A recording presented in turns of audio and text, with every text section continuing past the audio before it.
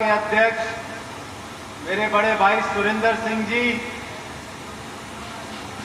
श्री एजाज खान जी जो हमारे प्रत्याशी रहे थे पिछले चुनाव में, श्री जान मोहम्मद जी जो जिला प्रमुख हैं, श्री बलराज सिंगला जी जो चेयरमैन पुनाना है, श्री धर्मवीर जी पुनाना के वरिष्ठ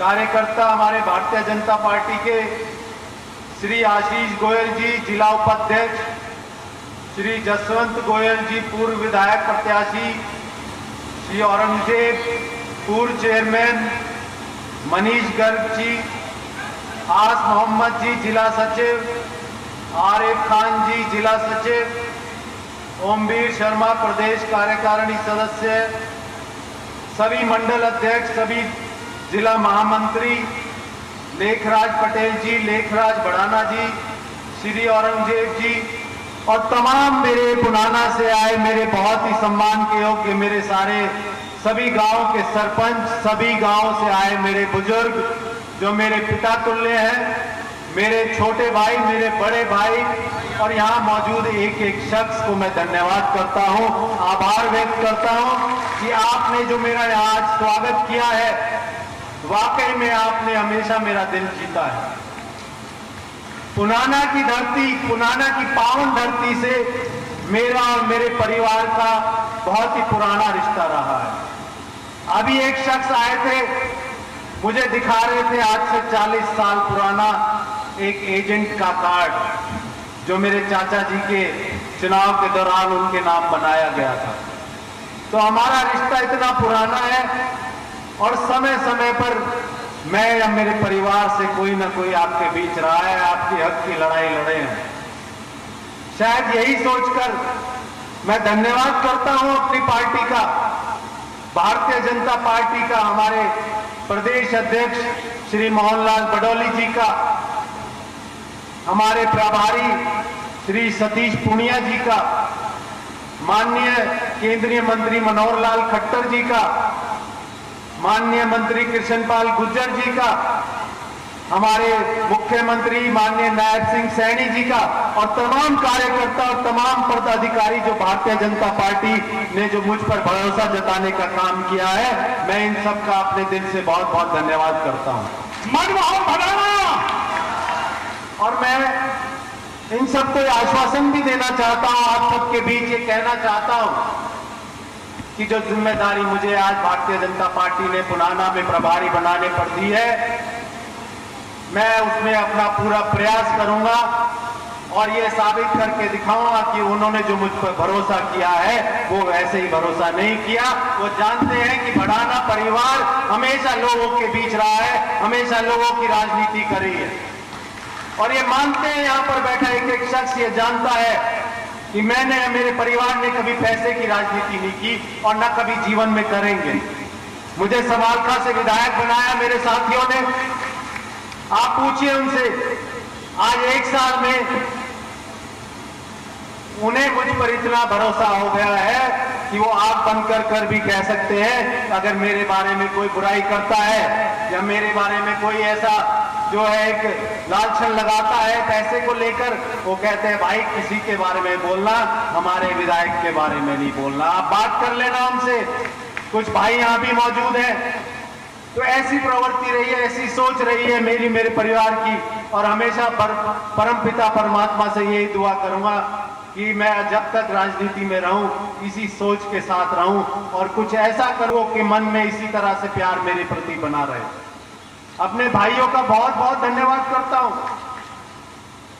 पहले भी मैं 2-3 बार आया पुनाना, कुछ जिम्मेदारी खास नहीं मिली, लेकिन आपका प्यार वहीं का वहीं बरकरार रहा है। मैं इसके लिए फिर से आपका बहुत बहुत धन्यवाद करता हूं। लेकिन साथियों, अब ये जो जिम्मेदारी मिली है, आप लोगों का एहसान उतारूंगा, मैं आप लोगों का कर्ज उतारूंगा।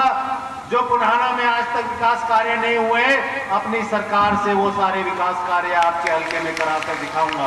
Bharatiya Janata party, Bharatiya Janata party.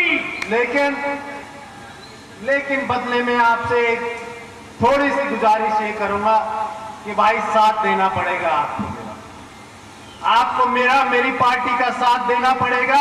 तैयार हो आप लोग? अगले 4 साल है हमारे पास।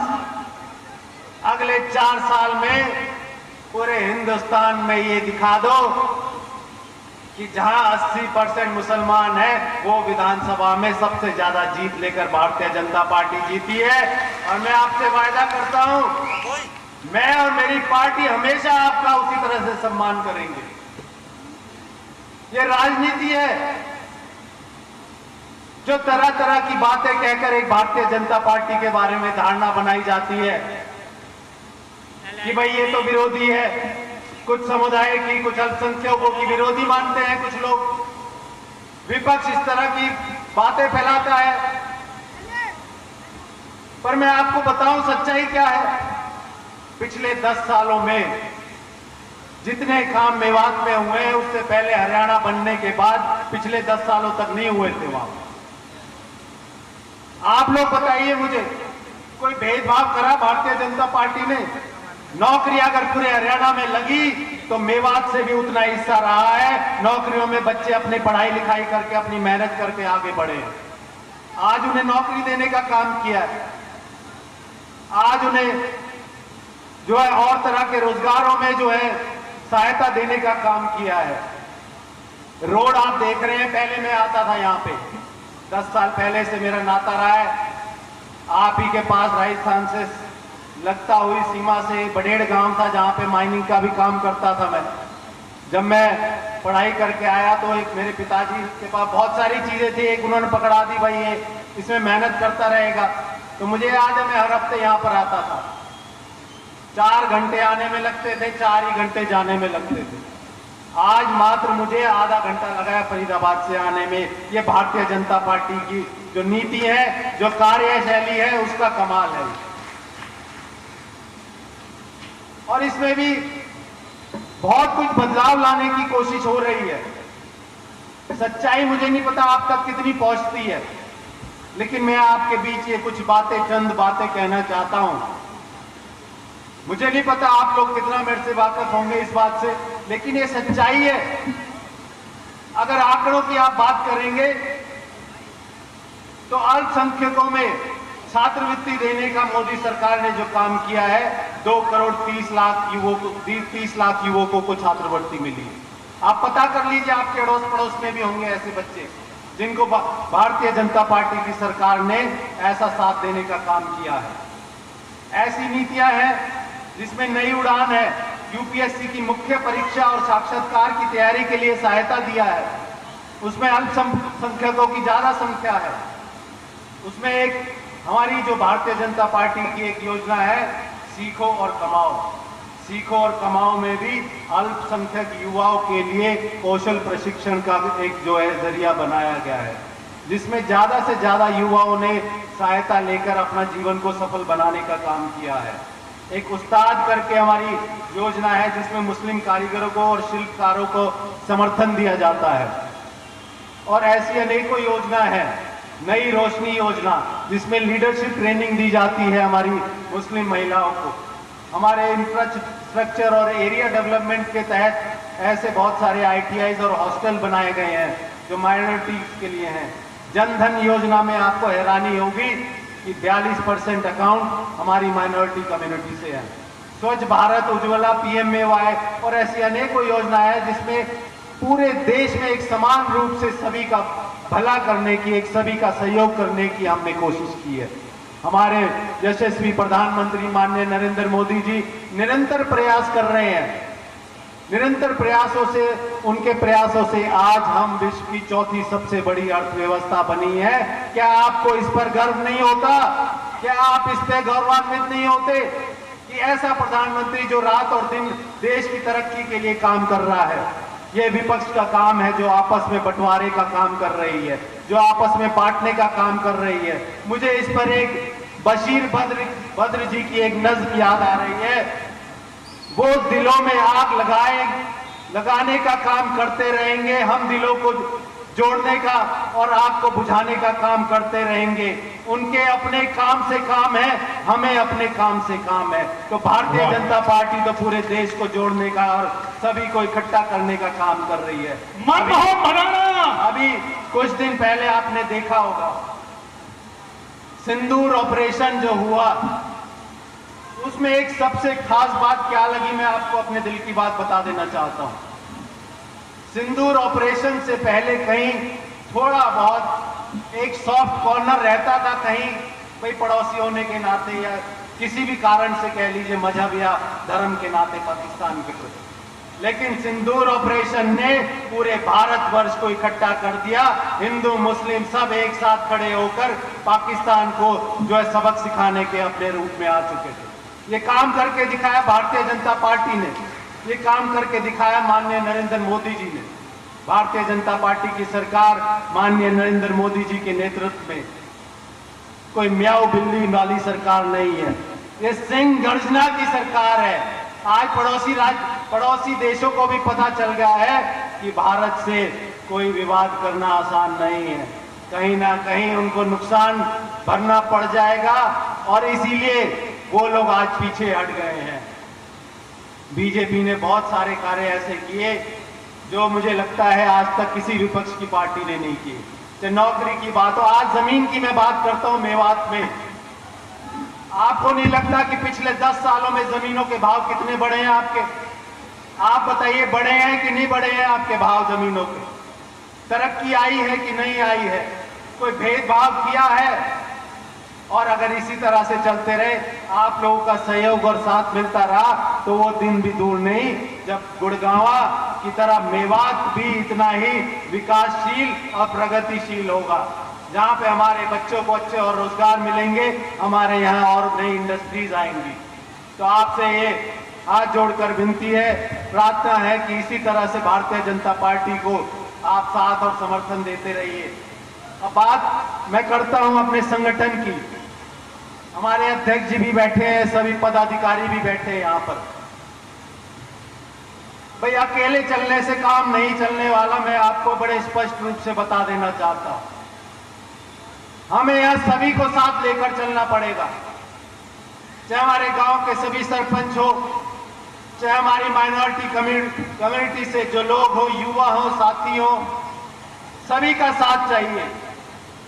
और कोई विवाद इस तरह का आपस में मतभेद ना होते हुए आपसी भाईचारे के साथ, आपसी प्रेम के साथ हमारा मुख्य लक्ष्य सिर्फ एक होना चाहिए कि हमें अपनी पुनाना को इतना विकास देना है, इतना विकास कराना है कि यहाँ पर कहीं किसी तरह की कोई कमी ना रहे, कहीं कहीं गलियों में पानी ना भरा हो, कहीं पीने के पानी की कमी ना हो, कहीं रोड खराब ना हो, कहीं युवाओं को रोजगार की जो है मुश्किलों का सामना ना करना पड़ रहा हो, कहीं स्कूलों की कमी ना हो, कहीं कॉलेज जाने में भी हमारे युवा विवश ना हो रहे हों। इस तरह की योजनाएं, इस तरह के विकास कार्य और इस तरह की अगर सोच रहेगी तो मैं आपको ये वादा करता हूं कि पुनाना हमेशा आगे बढ़ेगा, आगे प्रगतिशील होगा और आप सबके लिए मैं हमेशा प्रयासरत रहूंगा। मैं हमेशा आपके लिए खड़ा मिलूंगा और पुनः पार्टी का बहुत बहुत धन्यवाद करता हूं। और एक और, मैं अभी आ रहा था तो मैं थोड़ा पढ़ाई कर रहा था, तो मुझे एक बात का और मैं आपको बता दूं। बहुत सी बातें बहुत स्पष्ट रूप से कह रहा हूं मैं आप लोगों के बीच में, लेकिन मेरी फितरत ऐसी है, मेरा सोचने का नजरिया ऐसा है। लोग कहते हैं भारतीय जनता पार्टी मुसलमानों की विरोधी है। मैं आपको एक आंकड़ा बताता हूं, एक सर्वे बताता हूं जो मैंने या मेरी पार्टी ने या किसी पदाधिकारी ने कोई अपने घर में बैठ के नहीं किया। एक सर्वे किया गया, आप पढ़ लीजिए, आप हमारे बच्चे हैं, पढ़े लिखे बैठे होंगे। एक people's research on India's consumer है, उस प्राइस के नाम से जो एक सर्वे है, इस रिसर्च के मुताबिक मुसलमानों की आय पिछले 10 सालों में 28% बढ़ी है और नेशनल एवरेज हमारी 20% है। तो ये कैसे संभव हो सकता है कि जो सरकार, जिस सरकार में हमारे मुसलमान भाइयों की आय में इतनी वृद्धि हो रही हो, वो सरकार या वो पार्टी कैसे मुसलमान विरोधी हो सकती है? आप हमेशा विकास की बात करो, तरक्की की बात करो। आज अमेरिका सबसे सर्वश्रेष्ठ देश क्यों है? क्योंकि कोई भेदभाव नहीं करता। वो बाहर से अगर आते हैं, कोई बहुत ही बढ़िया इंजीनियर है, बहुत ही अच्छा डॉक्टर है, बहुत ही अच्छा टीचर है, उसका अपने हाथ खोलकर स्वागत करते हैं। आओ, आप कोई बिरादरी से हो, कोई समाज से हो, आपके अंदर काबिलियत है, आपका स्वागत है। भारत भी उसी नीति पर चल रहा है। आज भारत किसी में भेदभाव नहीं करता। आपकी वैल्यू है, आपके काम की कदर है।